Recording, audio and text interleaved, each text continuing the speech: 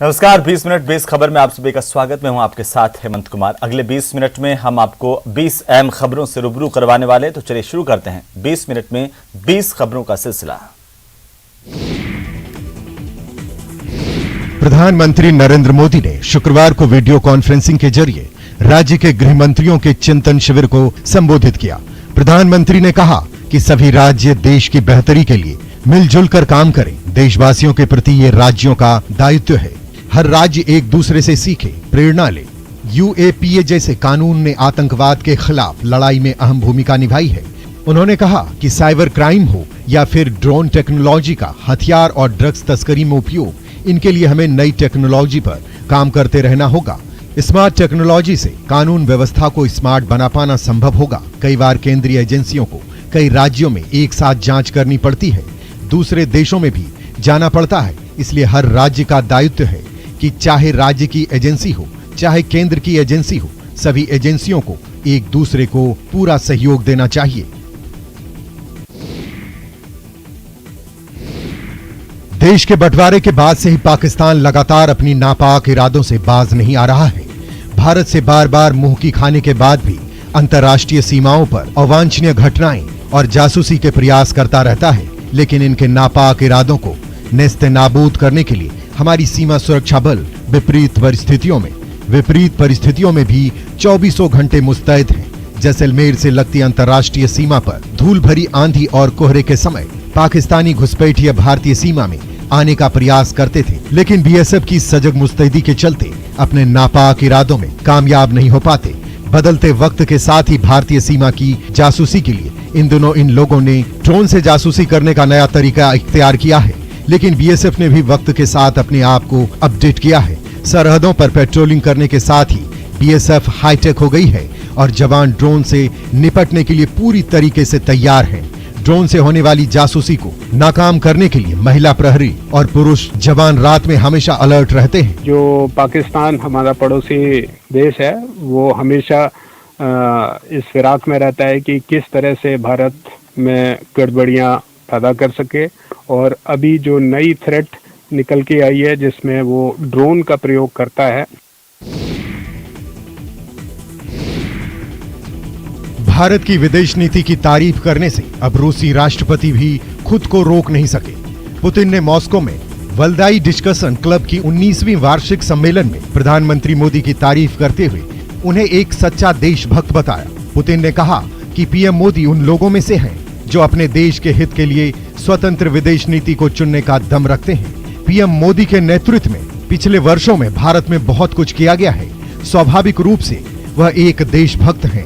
Make in India के लिए उनका विचार आर्थिक और नैतिक दोनों रूप से मायने रखता है। उन्होंने कहा, दशकों से भारत और रूस के बीच विशेष संबंध विकसित हुए हैं। दोनों देशों के बीच कोई भी बचा हुआ मुद्दा नहीं है। भविष्य भारत का है। इसे सबसे बड़ा लोकतंत्र होने पर गर्व हो सकता है और हमारे बीच एक विशेष रिश्ता है। हमारे बीच घनिष्ठ संबंध है। पुतिन ने रक्षा साझेदारी और बढ़ते व्यापारिक संबंधों का भी जिक्र किया।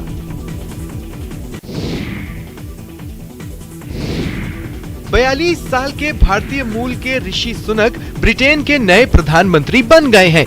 अभी ये चर्चा थमी नहीं है कि एक और भारतीय का ब्रिटेन की नई सरकार में झंडा गाड़ने की खबर आ गई। 19 साल के प्रज्वल पांडे बिहार के रहने वाले हैं, जिन्हें ब्रिटेन के प्रधानमंत्री ऋषि सुनक की कोर कमेटी में जगह मिली है। प्रज्वल का जन्म सीवान जिले में हुआ और वो झारखंड के सिंदरी में रहते थे। 16 साल की उम्र में उन्होंने ब्रिटेन की कंजर्वेटिव पार्टी की सदस्यता ली। ब्रिटेन यूथ पार्लियामेंट सदस्य के तौर पर ब्रिटेन की संसद में पहली बार जब उन्होंने भाषण दिया तो ऋषि सुनक भी उनके फैन हो गए। अब उन्हें कोर कमेटी में शामिल किया गया है। प्रज्वल के दादा बागीश दत्त पांडे झारखंड के सिंदरी में सरकारी सेवा में थे। उनके पिता राजेश पांडे ब्रिटेन में ही सॉफ्टवेयर इंजीनियर हैं और उनकी मां टीचर। ब्रिटेन सरकार में प्रज्वल को यह स्थान मिलना गर्व की बात है। भगवान भास्कर की आराधना के लिए किया जाने वाला 4 दिवसीय छठ महापर्व नहाय खाय यानी कद्दू भात से शुरू हो गया। नहाय खाय को लेकर बिहार में हजारों महिलाओं ने गंगा स्नान कर तन और मन को शुद्ध किया। गंगा स्नान के बाद व्रती महिलाओं ने एक दूसरे की मांग में सिंदूर लगाया। गंगा स्नान के बाद व्रती गंगा जल लेकर अपने घरों के लिए रवाना हुई। गंगा स्नान के लिए कष्टहरणी गंगा घाट पर सर्वाधिक भीड़ नजर आई। इनमें मुंगेर शहरी क्षेत्र सहित जमालपुर, धरहरा, खड़गपुर आदि सुदूर क्षेत्र के लोग भी काफी संख्या में गंगा स्नान को यहाँ पहुंचे थे। इसके अतिरिक्त बबुआ घाट, सोजी घाट, बेलन बाजार घाट, कंकर घाट, बेलवा घाट, दोमाट घाट, हेरू दियरा आदि घाटों पर व्रतियों की खासी भीड़ दिखी। गंगा स्नान पर कोई अप्रिय घटना न घटे, इसके लिए प्रशासन ने बड़ी संख्या में पुलिस बल और गोताखोरों को घाटों पर तैनात किया है।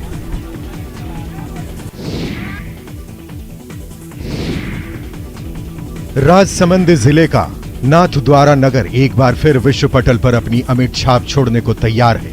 नाथद्वारा में तत्पदम उपवन संस्थान की ओर से 369 फीट ऊंची शिव प्रतिमा का निर्माण करवाया गया है।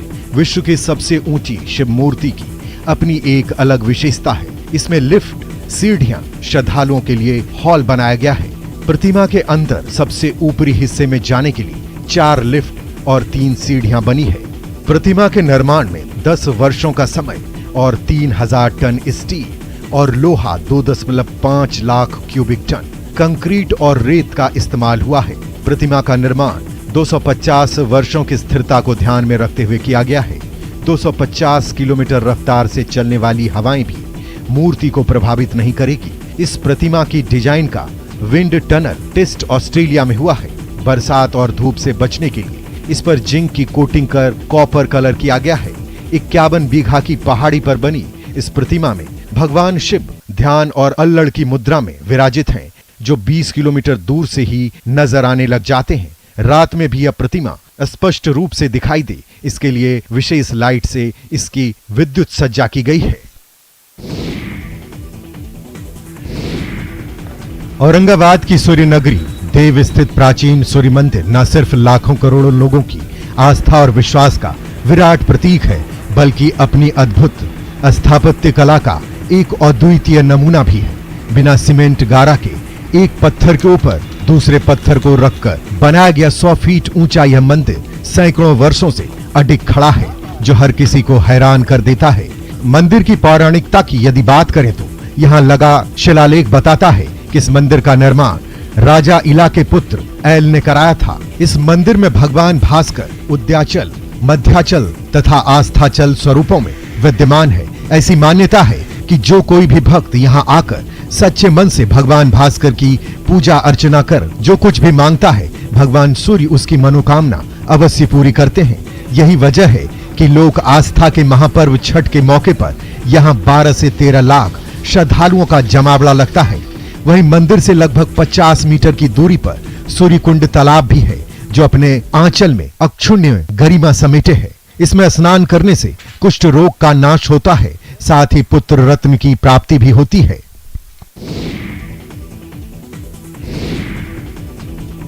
दुल्हा देव बाबा का यह मंदिर कुछ खास है, क्योंकि यहाँ बनती है जोड़ी। मंदिर मध्य प्रदेश के हरदा के ग्राम उड़ा में स्थित है। इस मंदिर की प्राचीन धार्मिक मान्यता है कि भाई दूज के दिन मंदिर में कंवारे शादी के लिए प्रार्थना कर मन्नत मांगते हैं। मन्नत पूरी होने पर भाई दूज के दिन पर श्रद्धालु जोड़े यहाँ पहुंचकर माथा टेकते हैं। ऐसा बताया जाता है कि दुल्हा देव बाबा मां शारदा के भक्त और भगवान भोले के गण हैं। उन्होंने मां शारदा देवी की तपस्या की थी। प्राचीन जनश्रुतियों के अनुसार दुल्हा देव विवाह करने जा रहे थे। उस समय बारात के साथ किसी स्थान पर रुके थे। अचानक हुई घटना से धरती में समा गए थे। दुल्हे के रूप में ब्रह्मलीन होने से इन्हें दुल्हा देव कहा जाता है और यह सब कंवारों की मनौती पूरा करते हैं। दुल्हा देव बाबा के गोंडवाना इलाके में कई जगह और भी स्थान हैं, जहां भक्त अपनी मुराद पूरी होने पर मत्था टेकने आते हैं।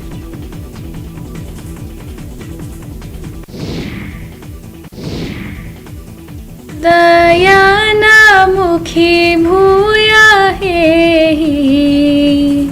दिन कर त्वां प्रार्थये, दिन कर त्वां प्रार्थये। नटराज की धरती देवघर, यहाँ कहते हैं कि कण कण में कला विराजमान है। ऐसी ही प्रतिभा और कला की धनी देवघर की बेटी आयुषी है। आयुषी बचपन से ही संस्कृत में काफी रुचि रखती है। एक तरफ जहाँ सभी भाषाओं की जननी संस्कृति आज विलुप्त होने पर है, वहीं देवघर की बेटी आयुषी जैसी बच्ची संस्कृत में अपनी रुचि दिखाकर और भी बच्चों को मोटिवेट कर रही है। आयुषी हिंदी फिल्मों के गाने और भजनों को संस्कृत में लिख उसके बाद उसे संस्कृत में गाती भी है। इससे उसे कई अवार्ड से भी नवाजा गया है। साथ ही राष्ट्रपति भवन से भी उसे थैंक यू पत्र भी मिला है। इन दिनों लोक आस्था का महापर्व छठ के गीत आपको हर जगह सुनने को मिल जाएगा। वहीं आयुषी छठ के गीतों को संस्कृत में गाकर आयुषी लोगों का मन मोह रही है। वहीं देवघर के कलाकार धनंजय खावड़े कंघी और कागज के माध्यम से छठ मैया के गीत को प्रस्तुत कर अपनी कलाकारी को प्रस्तुत करते दिख रहे हैं। इन्हें देवघर में कंघी वाले कलाकार भी कहा जाता है। इनके द्वारा कंघी और कागज के माध्यम से प्रस्तुत किए गए गीतों को लोग काफी सराहना करते हैं।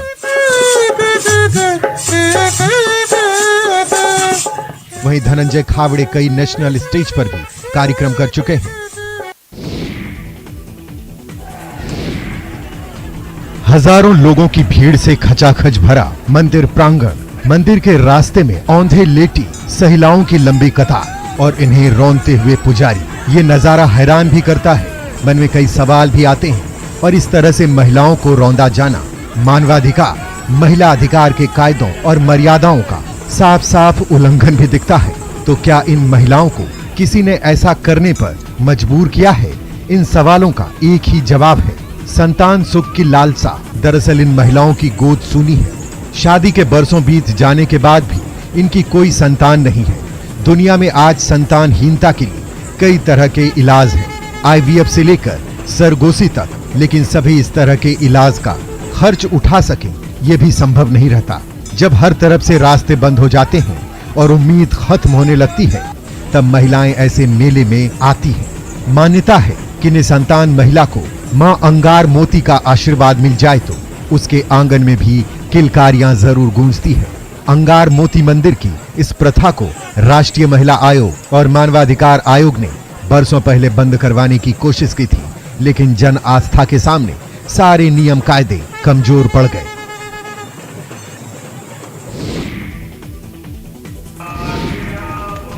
पटना सिटी में 10 दिवसीय काली पूजा उत्सव की धूम है। काली पूजा के मौके पर विभिन्न पूजा समितियों द्वारा मां काली की भव्य प्रतिमा स्थापित की गई है, जहां मां के दर्शन को लेकर श्रद्धालुओं की भारी भीड़ उमड़ रही है।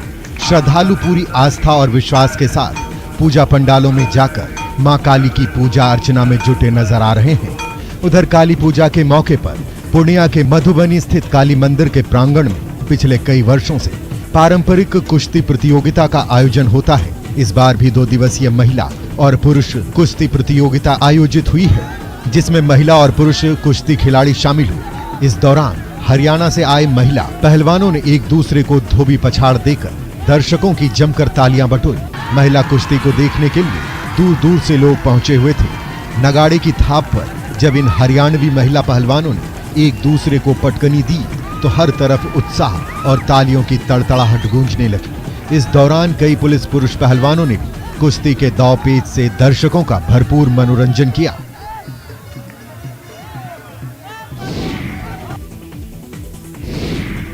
करोड़ों लोगों की आस्था का केंद्र उज्जैन का श्री महाकालेश्वर मंदिर रोज बड़ी संख्या में श्रद्धालु बाबा के दर्शन करने पहुंचते हैं, प्रार्थना करते हैं और मनोकामनाएं पूरी होने पर चढ़ावा चढ़ाते हैं। सूरत से पहुंचे एक श्रद्धालु ने बाबा को अमेरिकन डायमंड जड़ित मुकुट, कुंडल, माला, चांदी का लोटा, भगवान कार्तिकेय के लिए डायमंड लगे वस्त्र अर्पित किए। श्रद्धालु ने महाशिवरात्रि पर्व पर भगवान को डायमंड जड़ित मुकुट पहनाने की इच्छा जताई है। श्रद्धालु का नाम किशन है, जो डायमंड के कारोबारी हैं। श्रद्धालु का कहना है कि वो महाशिवरात्रि पर्व पर पूरे मंदिर को उनके अनुसार डेकोरेट करना चाहते हैं। अमेरिकन डायमंड के साथ साथ आर्टिफिशियल फूल और नंदी हॉल और गर्भगृह में साज सज्जा की तमाम सामग्री को पूरी टीम के साथ डेकोरेट करना चाहते हैं।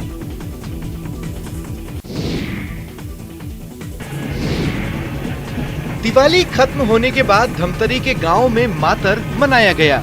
ये ग्रामीण क्षेत्रों का प्रमुख पर्व होता है। इसमें खास तौर पर ग्राम देवता गोधन की पूजा होती है। छत्तीसगढ़िया ग्रामीण परिवेश में इस पर्व का अलग स्वरूप देखने को मिलता है। ये पर्व ग्रामीण परंपरा, सामाजिक ताना बाना और रहन सहन से जुड़ा हुआ है। इसमें ग्राम देवता की पूजा होती है, साथ ही गोधन की भी पूजा होती है।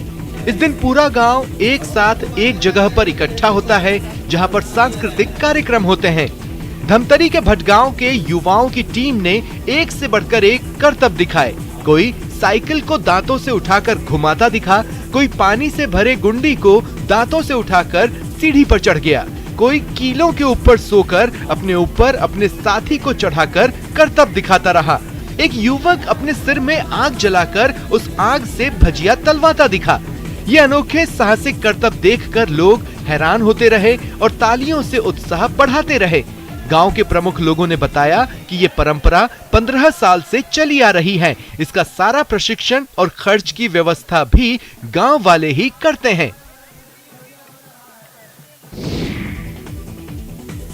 भले ही त्योहारों पर होने वाली परंपराओं ने मॉडर्न रूप ले लिया हो, टोंक जिले में अन्य जगहों पर भाई दूज के दिन निकलने वाली घास भैरू की सवारी भले ही ट्रैक्टर से खींची जाती हो, लेकिन टोंक जिले के घास ग्राम पंचायत घास में आज भी इस सवारी को पारंपरिक तरीके से बैल खींचते हैं। टोंक जिले में घास भैरू की पारंपरिक सवारी निकली, जिसमें 11 बैलों की जोड़ी यानी 22 बैलों ने घास भैरू की सवारी को पूरे गांव में भ्रमण कराया। ग्रामीणों की मान्यता है कि घास भैरू के गांव में भ्रमण करने से भूत प्रेत की बाधाएं दूर हो जाती है। यही कारण है कि हर साल इस परंपरा का निर्वहन किया जाता है। इस आध्यात्मिक और पारंपरिक रोमांच को देखने के लिए जिले भर से बड़ी संख्या में लोग पहुँचे। यहाँ आने वाला हर वीआईपी और खास आदमी आम हो जाता है। इस परंपरागत मेले का घास गांव में हर साल आयोजन होता है।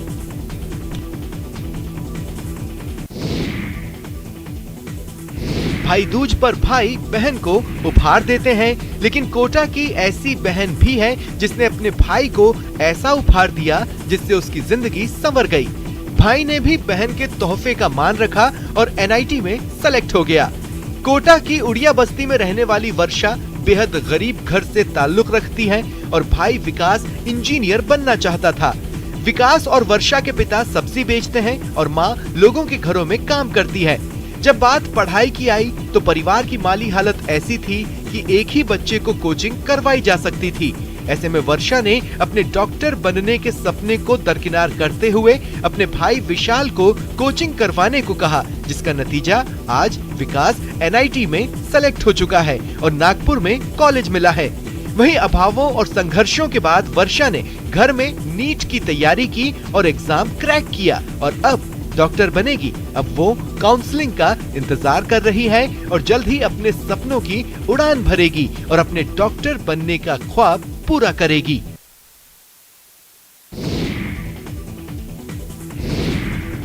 झारखंड के चितरपुर प्रखंड की सोड़, कोची, नाला, नावा, बगीचा, कपरकट्टा में हाथियों का तांडव बदस्तूर जारी है। रात भर ग्रामीण हाथियों को भगाने के लिए रतजग्गा करते रहते हैं। वन विभाग और ग्रामीणों ने मशाल और टॉर्च जलाकर हाथियों के झुंड को गांव से दूर भगाया।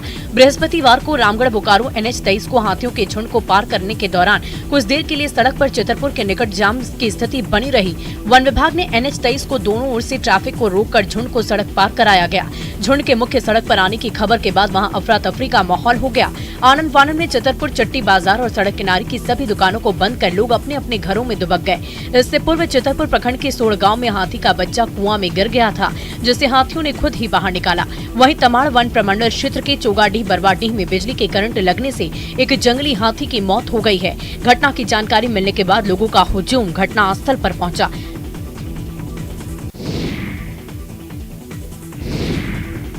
मध्य प्रदेश के टाइगर रिजर्व घूमने आने वाले पर्यटकों को बाघ देखने को मिल रहे हैं, जिससे वे काफी रोमांचित महसूस कर रहे हैं। ऐसे ही कुछ दृश्य पर्यटकों ने अपने मोबाइल पर कैद किए। बाघों के चहलकदमी से गुलजार हुआ सीधी का संजय टाइगर रिजर्व। पर्यटकों को एक साथ नजर आए 5-5 बाघ। पर्यटकों को टाइगर के इस दीदार की मनमोहक वीडियो निकल कर आई सामने, जिसमें एक साथ बड़ी संख्या में दिख रहे हैं बाघ। सुबह की धूप का टाइगर कर रहे थे दीदार। इसी बीच पर्यटकों के पहुंचने से टाइगर रो ने जंगल की ओर किया रुख। वहीं बांधवगढ़ के बफर जोन में बाघिन को देख पर्यटक रोमांचित हो उठे। मौका इवनिंग टाइगर सफारी के दौरान धमोखर बफर क्षेत्र में उस दौरान का बताया जा रहा है, जब बाघ दर्शन के सफर पर निकले पर्यटकों को अचानक बफर वाली बाघिन नजर आ गई। फिर क्या था, उत्साहित पर्यटकों ने फटाफट मोबाइल में बाघिन का वीडियो बनाया और तस्वीरें सोशल मीडिया पर साझा कर दी।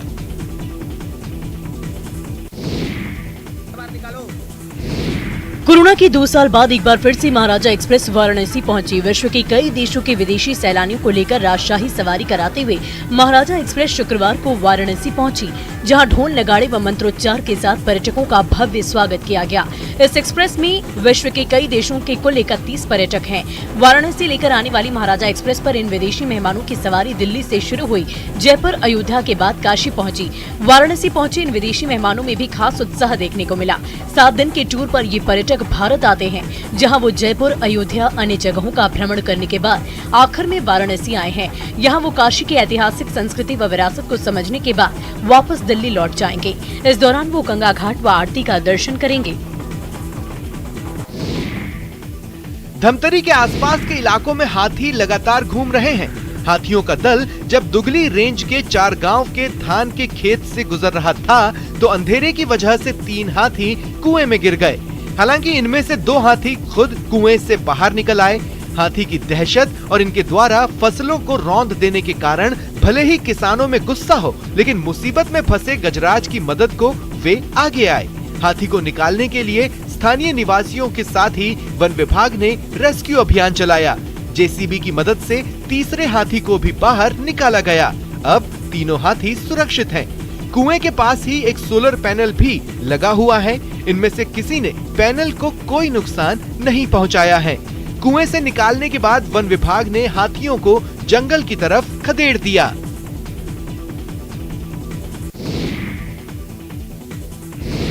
जोधपुर पहुंचे उत्तर प्रदेश के गाजीपुर जिले के रहने वाले विश्वजीत सिंह पिछले लगभग 2 साल से साइकिल यात्रा कर रहे हैं। विश्वजीत सिंह अब तक कुल 15 राज्यों की यात्रा कर चुके हैं। इस साइकिल यात्रा का उद्देश्य है कि प्रत्येक व्यक्ति को पेड़ लगाने और पानी बचाने के लिए लोगों को जागरूक करना। इसलिए इस साइकिल यात्रा का नाम पेड़ बचाओ पानी बचाओ दिया गया है।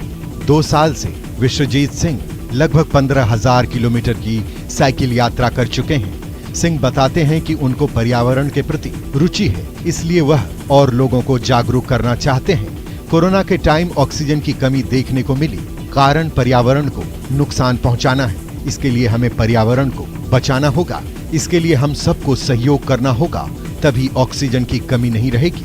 जल है तो कल है। लोग पानी का इस्तेमाल कम करते हैं और दुरुपयोग ज्यादा करते हैं, तो साथ साथ में भी पानी बचाओ साइकिल यात्रा के तहत भी लोगों को जागरूक करने का भी प्रयास कर रहा हूं।